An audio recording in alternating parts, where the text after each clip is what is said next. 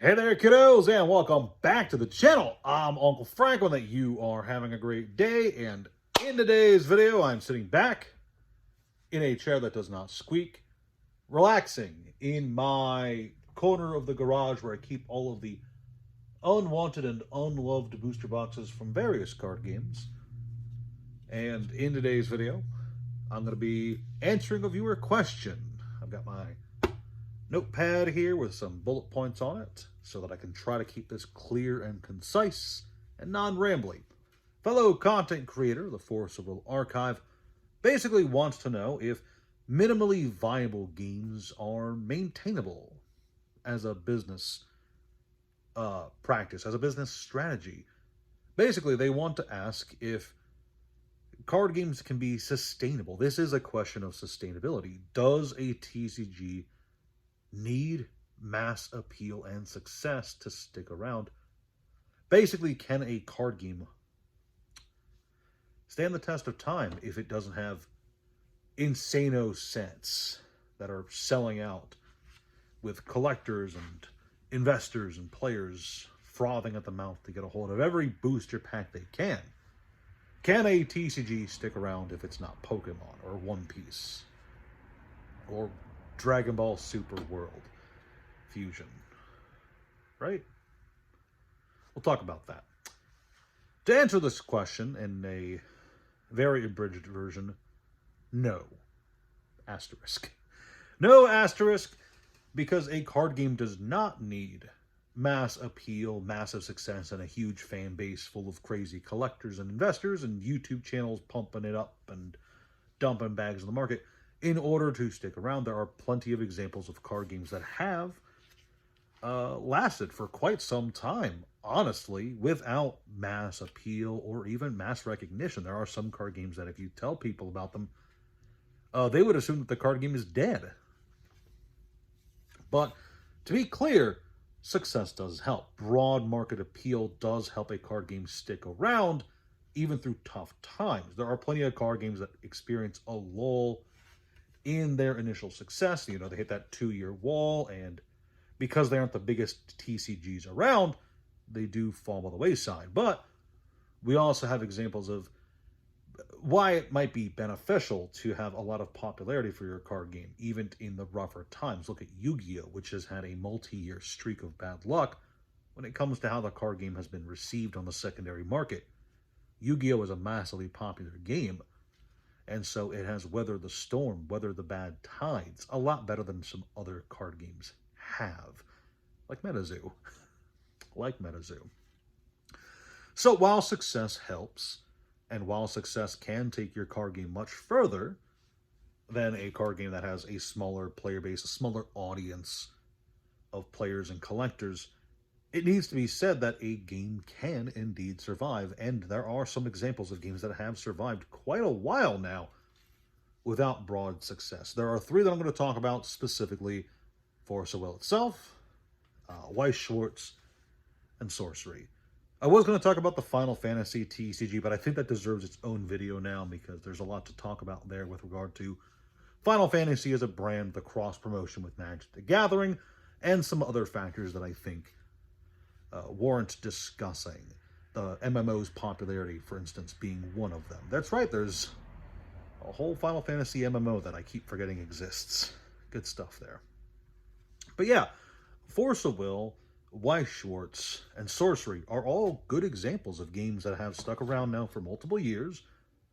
Weiss Schwarz and Force of Will much longer. Sorcery is a newer game, but it still has appeal, not mass appeal, but it has appeal, and it's growing its audience, despite none of these card games being in the top 10 of selling card games in the market right now. And when I say top 10, I am referring specifically to the top 10 selling games by TCG's players metrics. They do keep an internal record of how each individual card game is going, based purely on dollar sales and individual cards and all that jazz.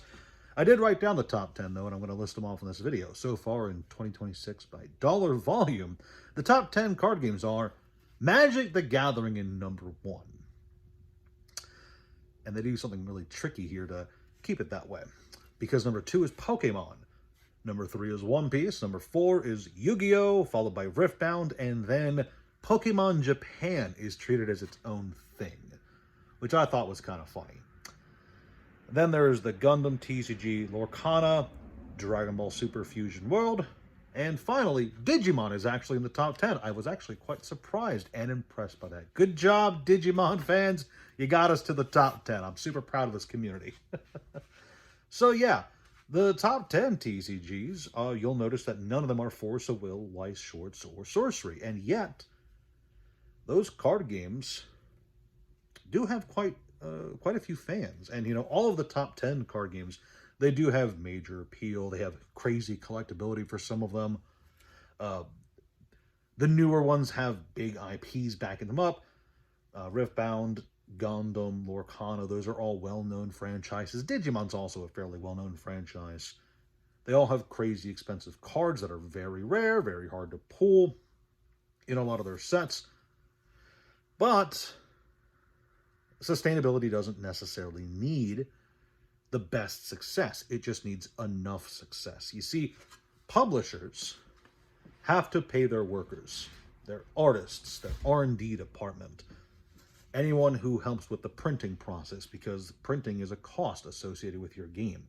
And as long as those employees can be paid and those costs covered, and you can still walk away with some profit, there's no real incentive for a game publisher to stop publishing their game. You see, a game doesn't have to be massively successful to keep going.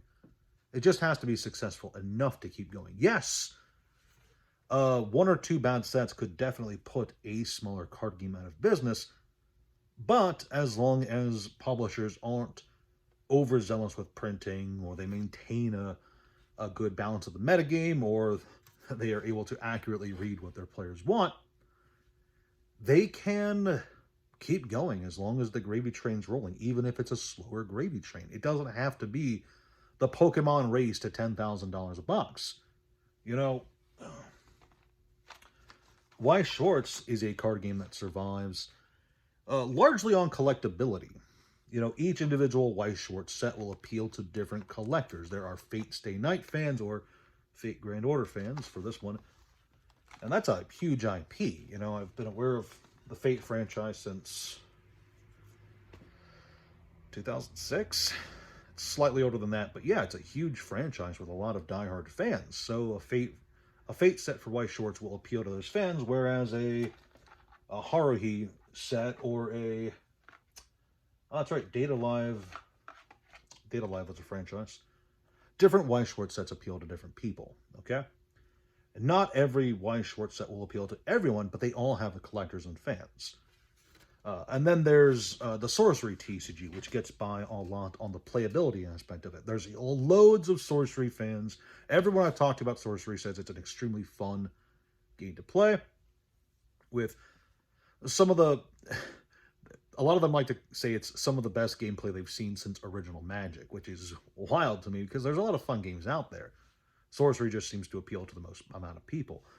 And it's definitely true that if a game is just really fun, it doesn't need a lot else to convince people to come back for more. Sorcery is a fun game, therefore it's got people who want more Sorcery. And then, of course, there's games like Force of Will, which has a little combination of the two. Force of Will does have some collectability to it, but it's also a very fun game that merges the best of both worlds when it comes to Yu-Gi-Oh's rule set and Magic's rule set. It kind of does the best of both of them. Yu-Gi-Oh's raw numbers and some of its more crazy mechanics, and Magic the Gathering's core balancing. And it also, like I said, has a lot of cool collectability to it, which makes it a desirable card game, even if not as much as some of the other ones out there. But desirable enough that it keeps going. And like I said, all a company has to do is appeal to enough of their audience while not overprinting any set into the ground and not pissing off their fans in some way or another, which can happen, absolutely. But most smaller publishers are aware of the risks invoked by annoying your fans, so they tend to avoid it. They don't pull what Magic the Gathering would do or what Star Wars Unlimited might do by pushing out collector boosters onto fans, which a lot of people are aware of the negative effects that those can have. So a lot of the smaller publishers, like you don't see Weiss Schwartz putting out collector booster boxes. They do put out these weird mini boxes from time to time. What are these called again? Extra boosters, right? Right?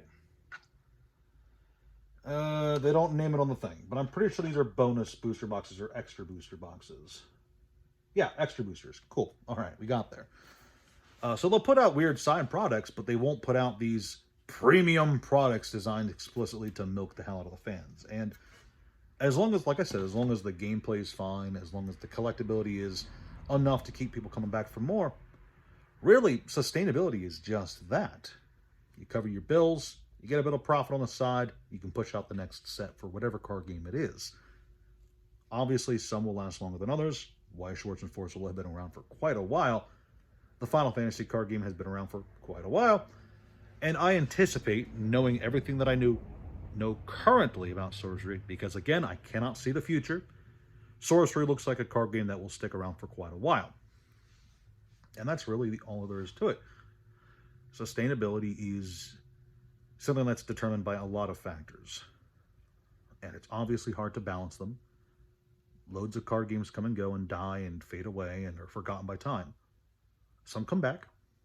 Yeah, been seeing a lot of you guys request me to talk about Warlord at some point, and I do have some vague memories of the old Warlord card game, so maybe I'll talk about that soon. But yeah, to answer your question, yeah, minimal viability, as you put it, is totally sustainable. As long as you find the right crowd, appeal to that crowd, and don't try to, like, milk them too early. So, yeah, cool stuff. Anyway, that's all I got for you kiddos today. Please like, share, subscribe if you enjoyed. If you didn't enjoy, then leave a nasty comment down below telling me that I'm old and fat and losing all my hair. Besides that, check out the Discord, the Patreon, and the TCG player links. All of those are down in the description below. Thanks again for watching, and I'll see you guys next time. Ciao.